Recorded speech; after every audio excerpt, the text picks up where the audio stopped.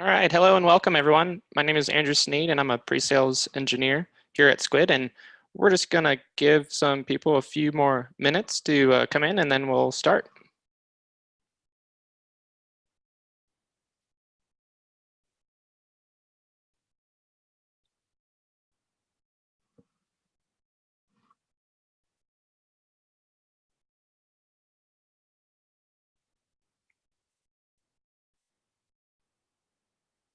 And also just a note before we get started, if you have any questions throughout this webinar, please use the Q&A section of the Zoom call. We have others from the Skuid pre-sales team here and they are waiting to answer your questions.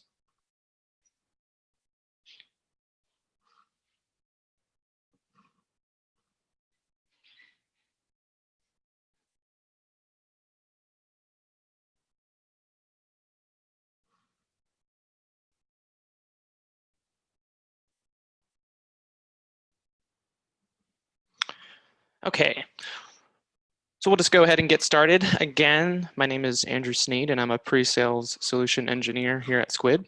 And we are excited to have you here today for today's Skuid Dive, where I will jump into how you can, with Skuid's low-code toolkit, build adaptive forms in Salesforce.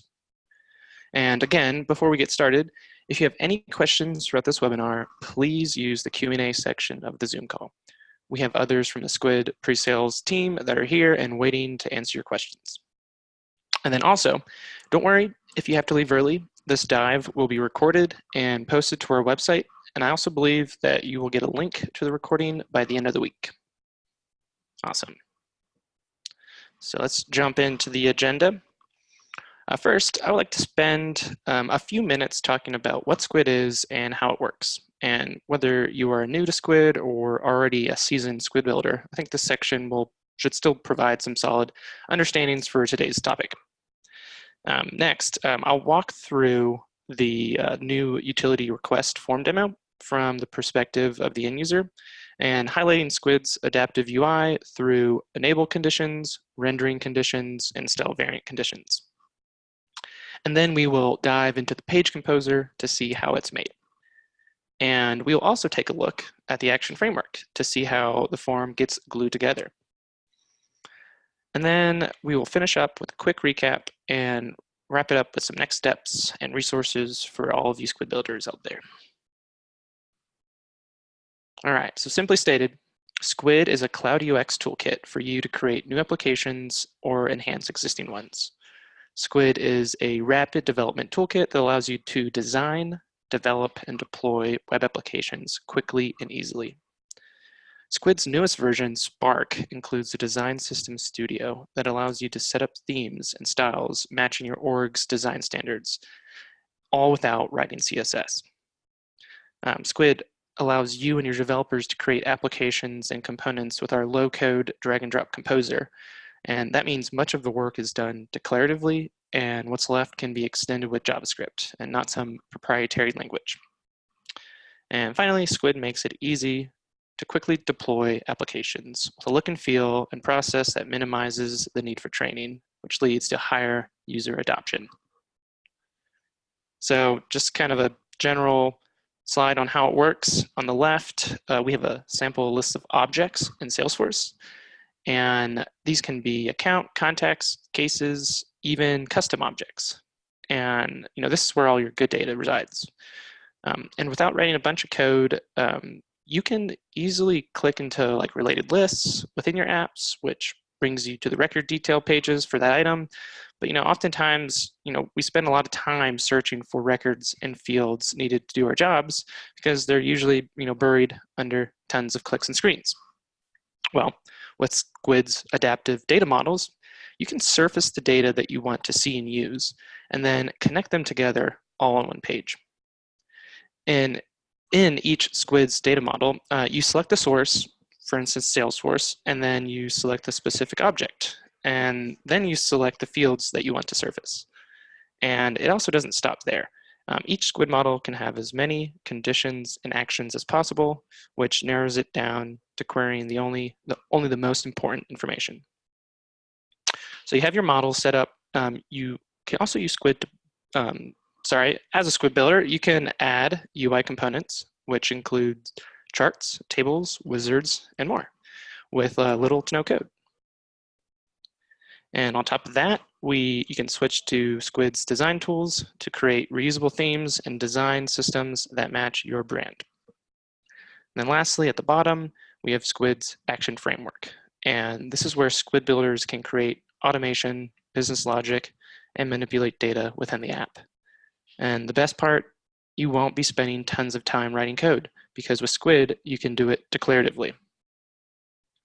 So by leveraging Skuid's adaptive data models, UI components, and action framework, you can maximize your investment in Salesforce and create highly tailored apps without changing the integrity of the core system where the data resides, and do it declaratively. So here's a question for y'all. What do you prefer? Writing custom code or using a toolkit to rapidly develop applications? And Skuid builders, they've experienced development cycles anywhere between 70 and 90% faster compared to solely using code. And that's not to say that Skuid is getting rid of code. You know, code is not going anywhere anytime soon. Skuid is just allowing developers to quickly create and iterate in an environment of high technical debt and backlogs, freeing up time and resources for coding the fun stuff. All right, so before we get into the application, I just wanted to give some background information. First, we based this demo off of a proof of concept we did for a prospective customer who was looking to use Salesforce to capture requests from end users through a public-facing form. Now, we aren't showing that exact POC, but we did take that use case and built our own public-facing utility request form. Second, this app must be adaptive to the user's journey, making sure not to waste real estate on the page, and it needed to only display what is necessary for the user. So like, for example, imagine filling out your taxes by pen and paper, and there's tons of fields on that form. I mean, I would get totally lost. Like when I fill something out, I want to be shown just enough fields to get the job done. And that's what we're aiming for. Next, this app will connect multiple objects in Salesforce. So this solution needs to have a single unified front end. The objects are account, contact, and a custom object that we created for this utility case. And the beautiful thing about Skuid is we can accomplish this with our adaptive data models and action framework. You know, the user doesn't need to know what is happening in the background. They just need to fill out the correct information in the right fields. And then finally, the app needs to be branded to the company's design. And we won't have time to dive into the Design System Studio during this webinar, but just keep an eye on the look and feel of the application. We leveraged Skuid's Design System Studio to declaratively build a theme and apply it throughout the page. And also, if you want to know more about the Design System Studio, please reach out to us at the end of the webinar. We'd love to chat. All right, so the moment you've all been waiting for. I'm now going to step into the role of a fictitious customer who wants to request some new services. So, you know, I find my way to UIG's portal, and we arrive here. And what they may not know is that this page is a Skuid page, and it's built on Salesforce. And that this app took less than 20 hours to develop. And who we're kidding, all they need is a form that is simple and intuitive. So the first step here, is to add the address for your service. And it's here that we come to our first feature, and that's enabled conditions. As you can see, the continue button is disabled. It's not allowing the user to continue. And it's going to remain disabled until certain conditions are met. In this case, it's having data in these fields. Now, a developer can also add messages when disabled, and this message helps guide the user forward. So for this step of this utility request wizard, the continue button is enabled when the street number, street name, and zip code have data. So I'm going to go ahead and fill that out.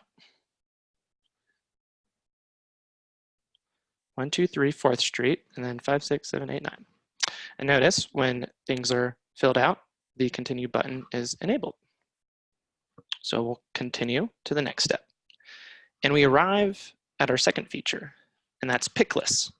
Now, not just pick list, I mean, those aren't really special, but how Skuid gives you the ability to change the display type on pick list is. So right here, this case type, this is actually a pick list in Salesforce, and in the UI, it's displayed as a button group. Besides looking cleaner and easier to click on, there are more advantages to this. For instance, you can control how the pick list looks based on screen size. So let me step outside this demo really fast and show you. So we have another form built with Skuid on Salesforce, and towards the bottom, we actually have two pick lists right here. Now, one is rendered as a button group when the page size is larger, as you can see. Now the other is rendered as a dropdown when the page size is small. It's pretty cool. So, I mean, there are also more display as properties out there in Skuid. Another great one is the switch. You can use the standard checkbox, or you can display it as a switch, like this one right here. All right, so let's get back to that utility request demo and talk about the next UI feature, and that is rendering conditions. So on the screen, the user needs to select a case type, and when they do, something else pops up. And I think we want to create an experience where the user's not being bombarded with a ton of fields or options. We just want to show them what they need to know. And we can do this with rendering conditions. So we've selected request new services, and the UI will render a new button group. And this time it's a multi-pick list, which has been given the property display as a multi-button group. And this allows us to select more than one in the group. So as you notice, like when I selected a service type of utility and internet, more fields will render. And guiding me to only fill out what is needed, and there's no extra noise. So you can also add rendering conditions to any component and not just a form. Like for instance, if I'm selecting internet and do I need a router, and I click yes, this is actually going to render a wrapper with a text box with more information. So again, lastly on this page, I just want to remind continuity, and that's that we've created an enable condition on the continue button, in which case, if you don't have a new service type selected and a case selected, you cannot continue. All right, so I'm just gonna go ahead and fill out this. When do I want it? I want to have my utilities Saturday, the 1st. You know what, I'm just gonna go ahead and get them all, phone and cable.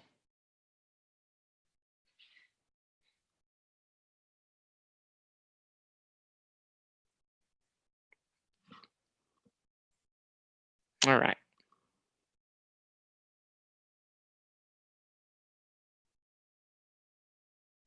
So we'll click continue.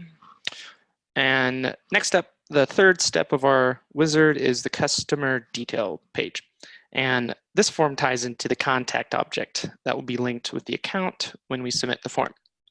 So let's go ahead and fill out the first name, last name, email, and mobile phone. I'm going to use my dog's name, Stone.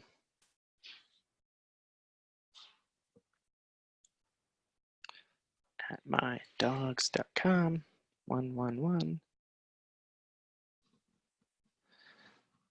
Great. So we already filled out the service address on the first step, but in the case that a user has multiple addresses, we've also included a button set with a question mailing address different from service address. And again, this is a render condition, so if the value is yes, it renders another form for them to fill out. But for this example, I'm just going to keep it at no, and then continue.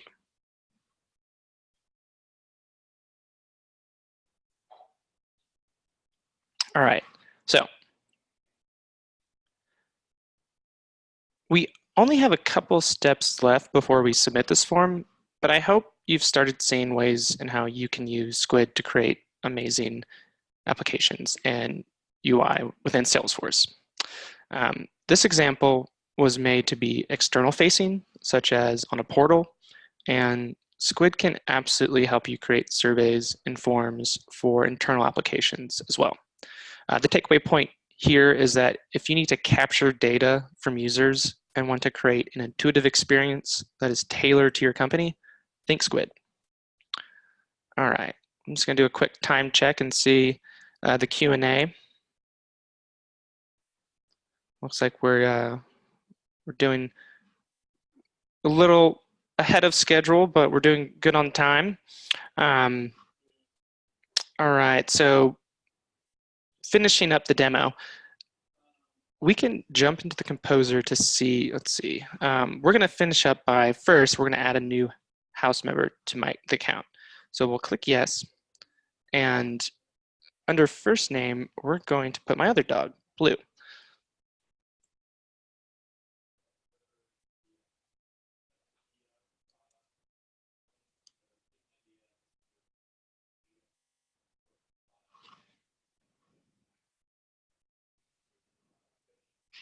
All right, click continue.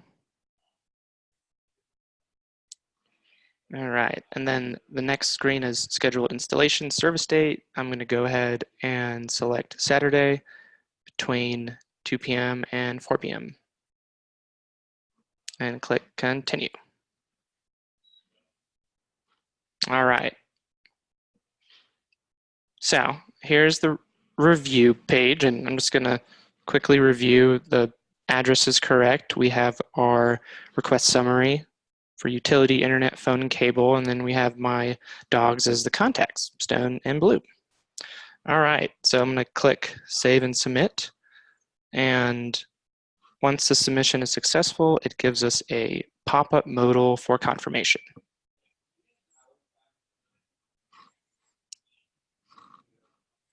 All right, so behind the scenes, let's go into Salesforce and follow up to see if everything's there.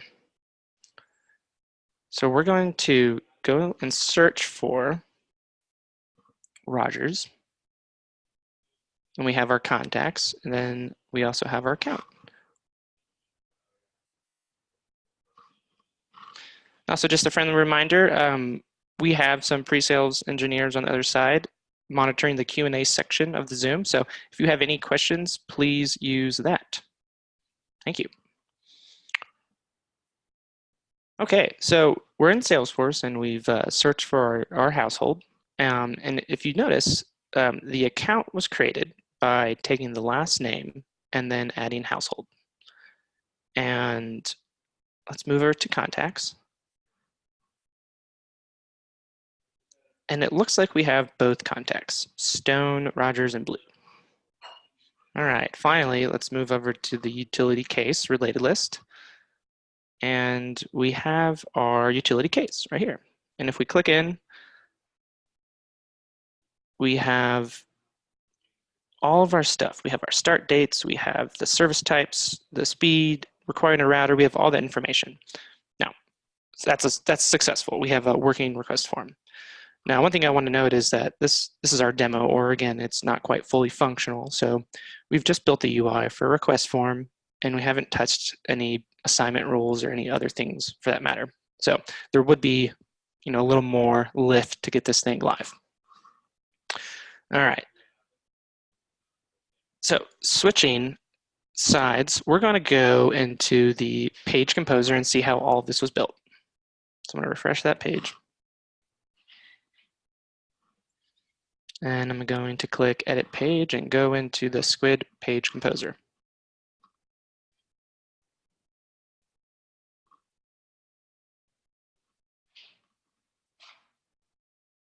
All right, so here is the Skuid Page Composer, and for this application, we used Skuid version 2.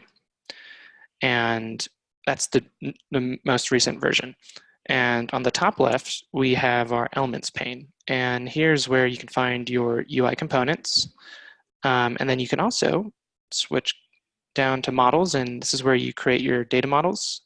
You have your action sequences, And then you also have your JavaScript snippets, if necessary. For this page, we didn't use any JavaScript. On the right side, we have our properties pane. And if you notice, anytime we click on a element in the canvas, the properties pane will change. And then finally at the bottom, we have our canvas. And as you can see, it's pretty full. This whole request form is built on this one single page. So going back, the first thing that we talked about was this enable button, enable condition. So we're going to go find that first, find the wizard, and then in that first step, we are going to click on that continue button. And in the button properties at the top right, we're going to click on display logic. And if you notice, there are three enable conditions on this page. And clicking into the first one, and I'm going to expand this for more view, we can see that the service street name custom field cannot equal a blank value. In other words, it has to be filled out. And I've created the same condition for the other fields, so the street number, and then also the zip code. So on runtime, what that looks like is you must plug in a value, 4th Street, 5, 6, 7, 8, 9. Oops. You must plug in a value for that to enable. So that's a really simple and effective way to get your users to input data without, clicking submit and it says, oh, we've missed a required field. And another thing is before we go on to the next section, in enable conditions, we have a new feature where you can add messages to show when disabled. And this can be used to guide the user to, fill out whatever or click something. It's totally up to you.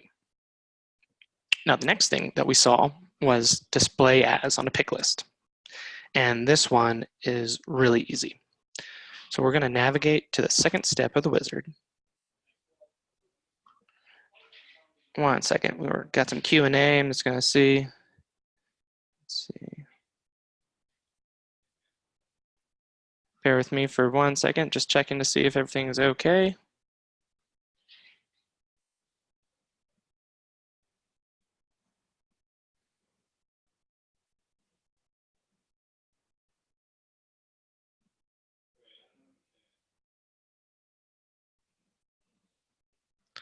All right, sorry about that.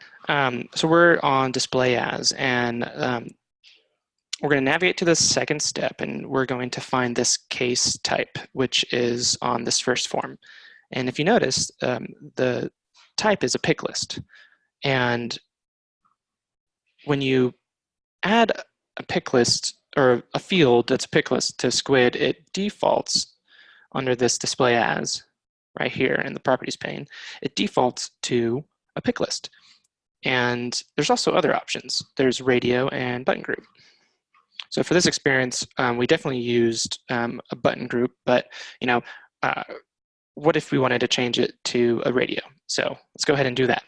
We'll click radio, we'll save, and then we'll do a quick preview.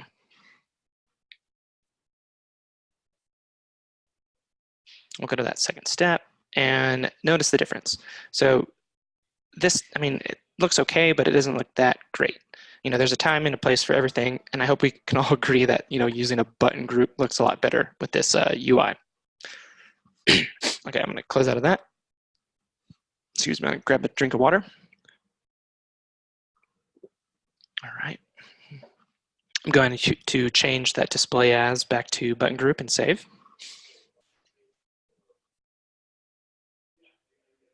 All right, so staying on this step, let's talk about the next UI feature, and that's render conditions. When a user selects a new service,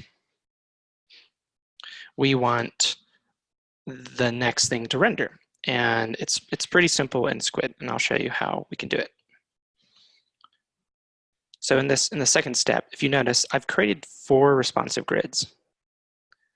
And each responsive grid has an icon and a form that has more information on that service type.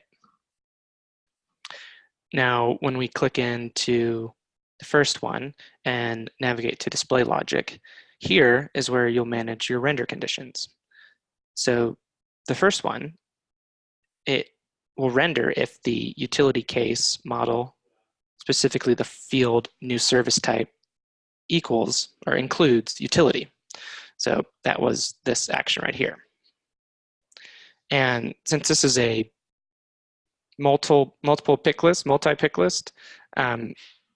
that's where we can create, not just one render condition, but multiple render conditions on the same action.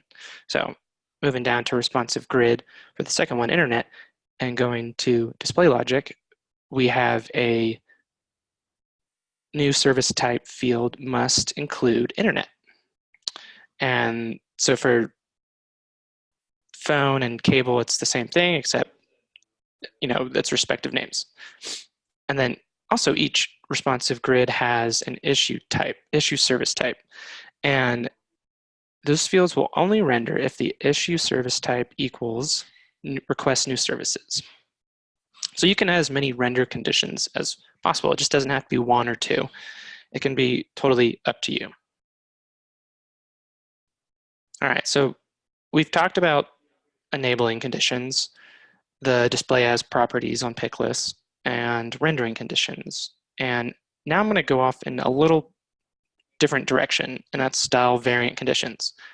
And style variants, they can be used to, differentiate values on KPIs or emphasize certain information. But today, we're going to look into how Skuid can use style variant conditions to create a custom progress bar without code.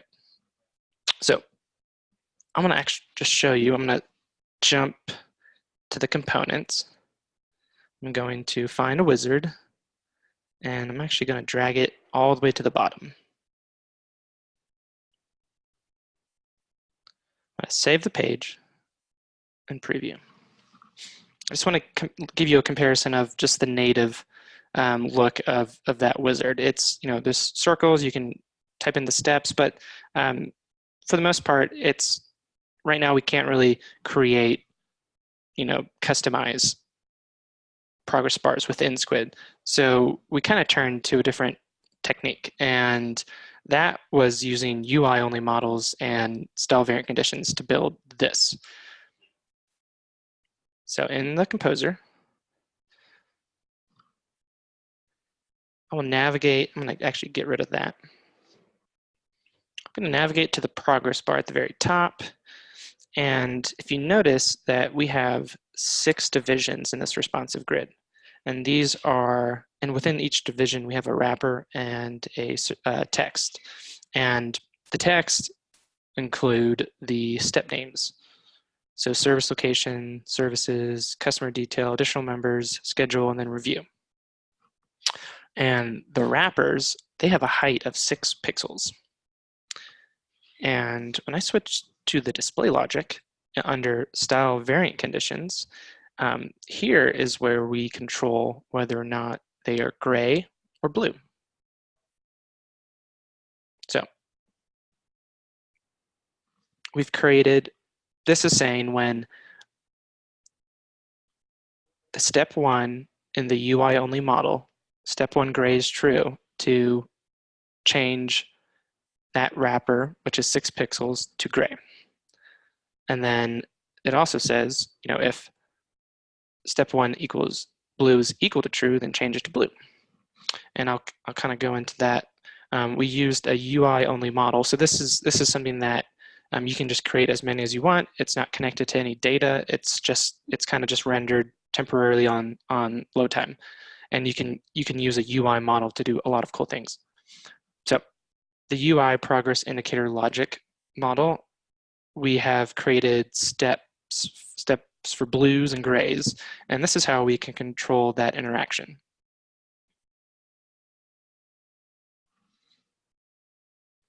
So when I click on next, it is changing that action on that continue button is activating a blue and deactivating a gray. So let me go back into my composer and find one of those continue buttons. All right, and then go into actions, and then here it is under the action framework.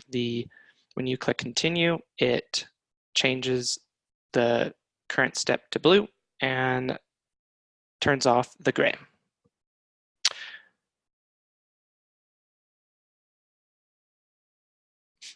So that was how we created a custom progress bar with just using wrappers and style condition variants and a UI model. One more thing I want to go over in the actual page composer, and that's the action framework. And this is really the meat of this form, and that's kind of like the actions, how it was all put together. So let's navigate all the way to the 6th step, and we'll find that Save and Submit button. And in the button properties under Actions, you'll notice that it's a pretty big list of actions. This is how it all happens. Like, it's saving an account back to Salesforce, we're adding a contact, and then the utility case, we're connecting all things together. And the most beautiful part about this is that we're doing this without writing code. So just to kind of go into it, the first action is updating the household model. And this is what we saw in Salesforce, that when you create an account, it takes the last name from one model field, and then it adds household. So we're taking and this is merged global syntax, we're taking the last name from the applicant model, and then we're adding household. And then we're saving that, so it gets pushed to Salesforce and creates the account. And then the next step is saving applicant and co-applicant models, and those were tied to the contact object.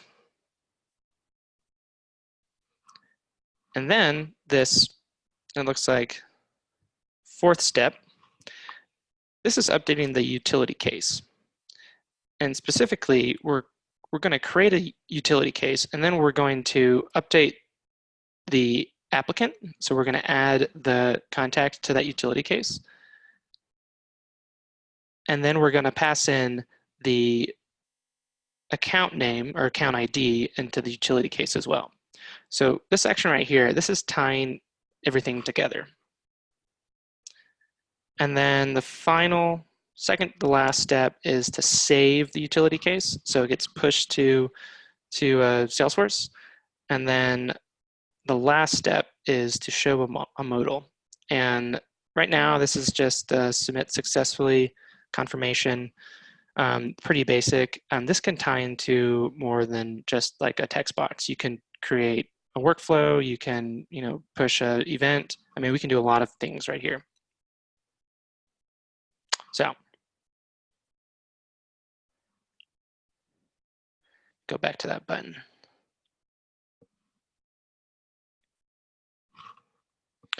That's a lot of functionality right here for just one little button. And the user doesn't know that multiple records are being created and tied together on the back end. They're just wanting to request a service. And I think that's like one of the most beautiful things about Skuid is that you can create complex logic and processes all while masking the complexity on the front end. And this was done all without code. Awesome. So, I mean, that was the end of the demo and the page composer. So I'm just going to switch back to the presentation and kind of just go over what we talked about today. And with Skuid, you can enhance user experience through the enable conditions. You can add messages to those enable conditions, telling the user what they need to fill out in order to continue. Those are really important to creating a intuitive user experience. And then alongside that, we have render conditions, and this is like showing the user exactly what they need to see at the right time. When they click new service type, it only showed them the relevant information for that service type. Display as options. This is just a great way to change up the UI. You can turn checkboxes into switches. You can turn pick lists into radio or button groups. I mean, this is just to make it easier, a more intuitive, easier experience for your user. And then style variant conditions. This one was a fun one because the request for a new progress indicator, the one that we had natively wasn't enough, so we used style variant conditions to create our own. And we did it without writing a single line of code. And finally, there's the action framework. And this is where we've taken 3 different objects in Salesforce, created forms on a page, and at the very end, we tied them all together. So just hiding complexity from the user, it's in creating this beautiful user experience. So I just wanted to kind of talk about a success story, a form in action. And on the West Coast, 40,000 students each year apply for financial aid. And with Skuid on Salesforce, developers created an intuitive, simple, and custom application experience for the students. And they also created comprehensive applications for administrators to effectively manage those applications on the back end. So, these forms on Skuid and Salesforce, they're out there. People are using them, and they're getting great feedback. So, what else can Skuid do? We're not just forms. We're not just account workbenches. Anything you can think of on Salesforce, if you have an idea, I mean, we probably have done it. We can do configure price quote. We can do surveys. We can do portals, help desk, mortgage loans, all sorts of stuff. Opportunity management, account management. I mean, if you have an idea and if you want to create an intuitive application on Salesforce that's tailored to your company, let us know. Think Skuid. So, what's next? You have an idea about an application, and it could be on Salesforce or it could be on other data sources. Reach out to us. Reach out to your account executive, or reach out to me, andrew.sneed@skuid.com. And also check out our resources. We have our Skuid Docs page, and this is constantly being updated with concepts and tutorials and an in-depth guide on the components. And this is where I go to when I get stumped or I want to learn more. We also have our Skuid community, and this is where we have thousands of Skuid users who are active, answering questions, sharing success stories. I mean, this is a great place to be for a Skuid builder. And if you're new to Skuid or just want to get some refresh on your skills, we have a Skuid Basics page on our Skuid YouTube. Let me find that. Skuid Basics. And I mean, this is maybe 10 or so, 17 videos on just some good tutorials on the basics of Skuid. And this is where I started, and I couldn't recommend them more. And then we also have our Skuid Events. So right now, I'll be hosting a Build an App workshop next week, and we'll be going over building a account workbench that pulls data in from Salesforce and SAP. And we also do another workshop, and that's for a dynamic form. We'll walk you through building this guy right here. And this one, we don't have the next date available yet, but just keep looking at that Skuid event page and it should pop up. All right, and finally, the last thing is if you're a seasoned Skuid builder and you want to know what people are up to, we do have a Skuid Labs, and it's a GitHub repository of just some cool things, some kind of far out there things.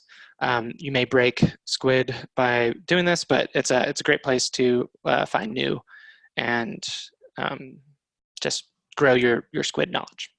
So without further ado, I just want to thank y'all for joining me today on this Skuid dive on how to build adaptive forms in Salesforce.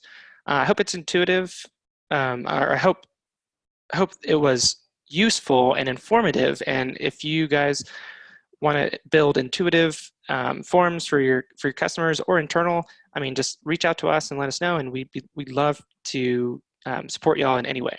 Thank you.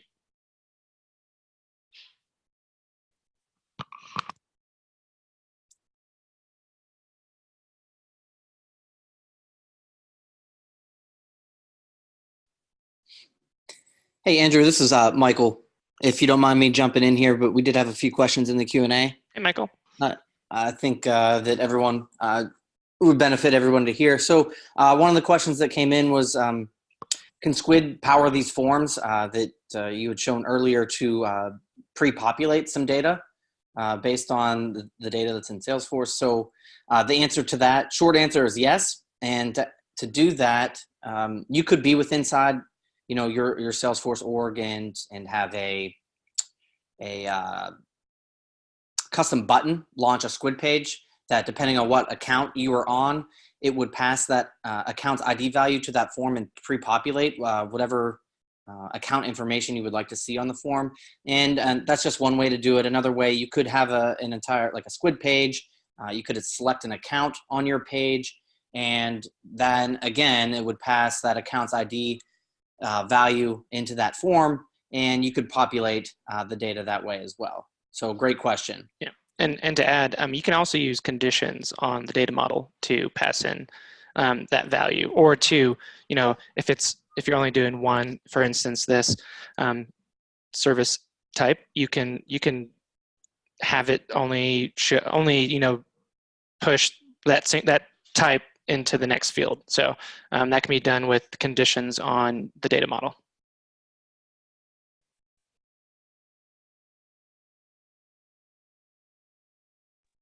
So another good question that came in was around field validation, and if you can get specific, like street number and zip, where the numbers are matching, or it's numbers only and you can't enter text, or the zip code needs to be limited to 5 numbers. So the answer to that is yes. So another example would be, so with like social security numbers, you can limit that to 9 characters, and other guidelines and rules and validations around that. So great question.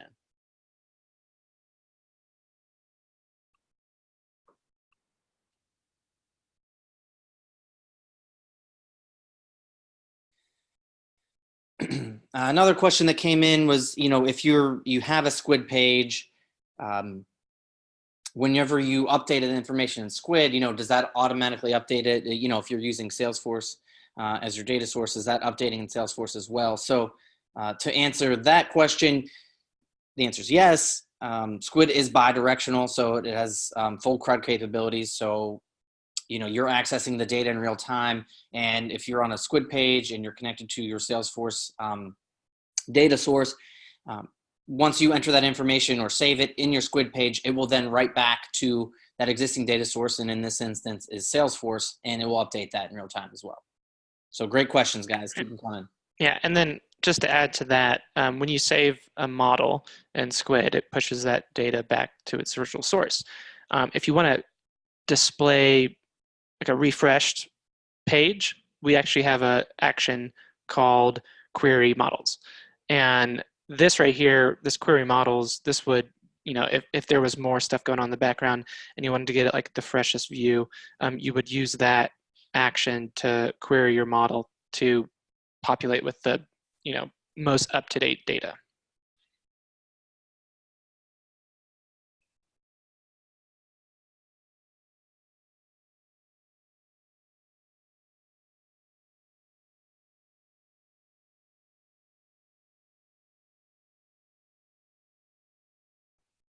Well, thank you, everyone. It looks like the Q&A has slowed down. I just want to thank you all again for joining me and the pre-sales engineer team today on this Skuid dive about adaptive forms in Salesforce. And if you have any other questions or want to set up a meeting, talk about POC or talk about something you're working on, just let us know. We'd be happy to help. Thank you.